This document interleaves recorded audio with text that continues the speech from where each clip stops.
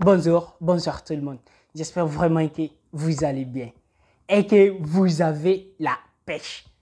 Aujourd'hui, on va parler sur le retard de l'Afrique. Pourquoi les autres pays, ils sont 10 fois, 20 fois plus d'avance que sur nous. Sur cela, je vous invite qu'on analyse 3 piliers fondamentaux du développement d'un pays. Mais dans ces 3 piliers-là, il y en a une qui est vraiment centrale. À l'absence de ces deux, on peut développer avec ce seul pilier-là le pays au fait. Qui sont les ressources naturelles, les ressources humaines et les ressources financières. Mais comme vous savez, c'est l'homme qui fait son environnement et l'environnement fait l'homme. Donc, les ressources naturelles, quand vous prenez l'Afrique dans toute sa globalité, au fait, nous sommes le continent le plus béni par Dieu en termes de sous-sol, au fait. On a tout.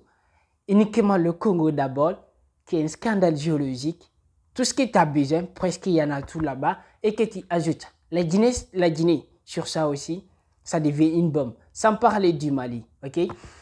Donc, pour qu'un pays se développe, il ne te suffit pas d'avoir les ressources naturelles seulement, mais aussi, il te faut aussi des cerveaux. Sinon, si c'était les ressources naturelles qui pouvaient développer un pays, ou bien un continent, l'Afrique allait être le premier. Mais quand on parle des ressources maintenant, il y en a des gens qui vont dire, ouais, mais l'Afrique, on pille l'Afrique au fait. Mais pour moi, l'Afrique, le pillage des ressources naturelles n'est pas un problème pour moi. Le plus grand problème de l'Afrique, c'est la fuite des cerveaux au fait. Vous voyez, parce que même si aujourd'hui, nos ressources, ils arrêtent de piller nos ressources au fait, tu peux le transformer. D'abord même, est-ce que vous-même, vous reconnaissez le colbate d'abord? Qu'est-ce qu'on peut faire avec le colbate? L'aluminium, qu'est-ce qu'on peut faire avec l'aluminium? Et l'aluminium, il vient de quel minerai en fait? Vous voyez, là d'abord, il y a un problème. Vous voyez, tous les grands pays qui se sont développés, ils se sont développés à travers leur cerveau en fait. Prenons l'exemple de l'Amérique. L'Amérique, il fait tout pour attirer les meilleurs cerveaux du monde. Les plus grands Nobel des connaissances ou tout ce que tu veux, la plupart ils sont tous des Américains. Même s'ils ne sont pas des Américains, ils sont des Américains en fait. Voilà, tu vois. Ils peuvent être d'origine de notre pays, mais ils sont Américains par nationalité, tu vois. Et ça, c'est ça le problème en fait aujourd'hui. Donc, pour que l'Afrique se développe aujourd'hui, il faut qu'il s'apprenne à conserver ses cerveaux en fait, pour ne pas qu'il va y avoir plus de fuites maintenant. Maintenant, les autres qui sont partis en Europe pour étudier à travers l'État ou bien à travers par leurs parents et tout, moi, je vous lance un appel solennel, patriotique, à travers notre cher continent qu'on aime tous, venir transmettre ce que vous avez appris. Parce que c'est la seule moyen aujourd'hui pour que l'Afrique puisse rattraper ces 10 ans de retard ou bien ces 100 ans de retard en fait. Vous voyez. Donc, on peut tous apporter notre pierre sur l'édifice pour la construction de ce magnifique continent en fait. Vous voyez, ça c'est un peu ça. Ok, prenons l'exemple sur la Suisse. La Suisse, c'est un pays enclavé, comme le Burkina Faso. Ok, et la Suisse, il n'a presque pas de ressources naturelles, mais la Suisse, il close tous les indices du développement. En termes d'université, ils font partie des meilleurs. Ok? Et quand vous prenez l'indice de vie humaine, ils sont meilleurs. Le PIB par habitant, ils sont meilleurs. Et en termes de santé aussi, ils sont meilleurs. Vous voyez? Alors que c'est un pays enclavé, ils n'ont pas de ressources aussi.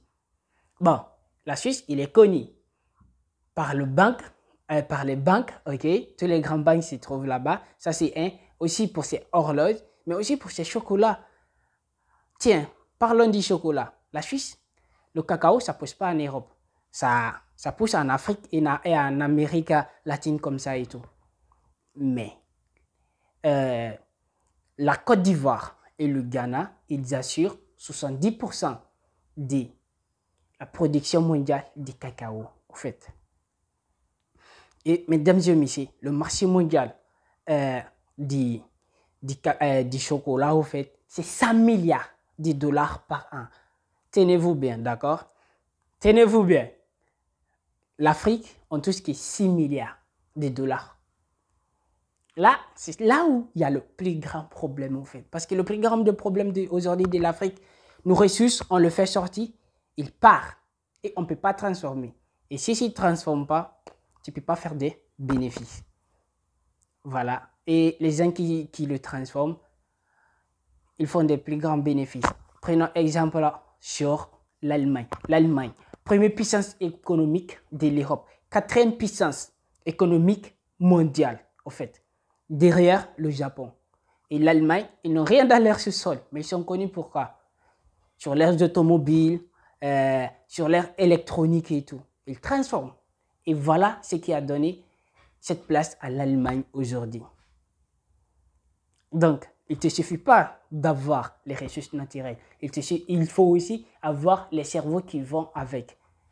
Donc, la diaspora qui sont partis, ceux qui sont partis apprendre et tout, ok, même si vous ne voulez pas venir vivre en Afrique, là, ce n'est pas un problème, ok? On peut organiser un séminaire, même si c'est une fois par an ou bien une fois, 2 fois par an, venir transmettre. Venez transmettre. Juste ça. Et vous allez voir comment les choses vont aller vraiment, vraiment vite. Parce qu'aujourd'hui, on a l'Afrique a la population la plus jeune au monde. Pendant que la Russie, la Chine, l'Europe et l'Amérique, bon, l'Amérique, ça peut se déciter. Les populations sont en train de vivre. Nous, c'est la renaissance, en fait. C'est la renaissance. Donc, il nous faut ces jeunesse ambitieux, activés à la recherche d'un avenir meilleur.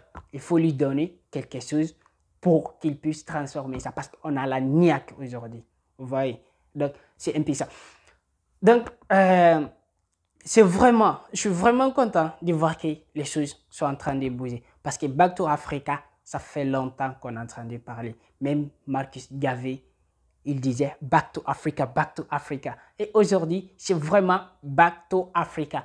Chom Young, qui a quitté aux États-Unis pour venir au Sénégal pour ouvrir un centre de formation sur l'agriculture et sur la technologie aussi. Et ça, c'est vraiment stratégique, ça.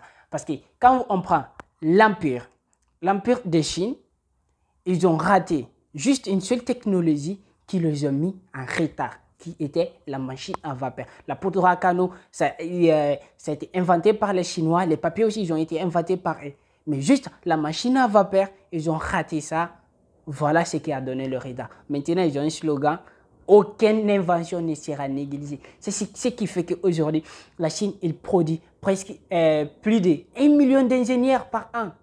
Et le Japon, et l'Inde aussi, pardon. Et l'Inde aussi. Mais prenons l'Inde. L'Inde aujourd'hui, surtout en technologie, ils sont tellement forts. Prenons l'alphabet. Google, le PDG, c'est qui? C'est un Indien en fait. Vous voyez? Et ça, c'est stratégique. C'est tellement stratégique et tellement important à la fois aussi. Donc, quand je vois que Chom Young aujourd'hui, il vient aujourd'hui pour ouvrir un centre de formation sur la technologie, ah mec, je suis vraiment content. Je suis vraiment content. Et Chom Young, je vous remercie vraiment de tout ce que vous faites pour l'Afrique et les diasporas à travers vos conférences aussi. Et ce qui me revient aussi à vous présenter aussi, je sais qu'il y a quelqu'un qui n'est pas du tout méconnu du grand public média qui sont intéressés le retour de l'Afrique au fait, ok, qui est Philippe Simon. À travers, sur les réseaux sociaux, le monsieur, il fait vraiment des excellents travaux. Lui, il déshabille tout au fait, littéralement. Il te met tout à nu sur l'Afrique, ok. Donc, je pense que le choix, il est vite fait. Entre le plus bleu et le plus rouge, le choix, il est vraiment vite fait. Donc, Back to Africa. En plus, nous sommes tendance à reprocher, tout dire que ouais, l'Afrique est en retard, nous ils n'ont pas fait ça et tout ça, tout ça. Bon, regarde, chacun a fait son choix, ok? Nous ils voulaient une Afrique à une certaine image qui, alors, ils ont fait pour conserver cette image-là. Que ça soit consciemment ou inconsciemment, je ne sais pas, mais ils ont fait ça pour conserver ça. Maintenant, aujourd'hui, la nouvelle génération qui vit en Afrique plutôt hybride et tout, qui est un peu occidentale, qui est un peu qui reste africain aussi, je pense que c'est ça qui est le plus important, ok? C'est bien de partir copier ce qui est bon chez les autres. Il faut prendre ce qui est bon pour toi, ok? C'est pas parce que Ils se sont développés sur cette base-là qui sera bon pour toi. Vous voyez ce que je veux dire? Voilà, c'est un peu ça. Comme a dit Cheikh Anta Diop, l'Afrique a misé sur les humains, ok? L'Europe, mais eux, ils ont misé sur les machines. Et ça a donné ce que ça a donné aujourd'hui. Donc, chacun assume ce qu'il a appris au fait. Donc, aujourd'hui, le rêve est américain, mais le réveil reste africain. Rongai, on lâche rien, les gars, ok?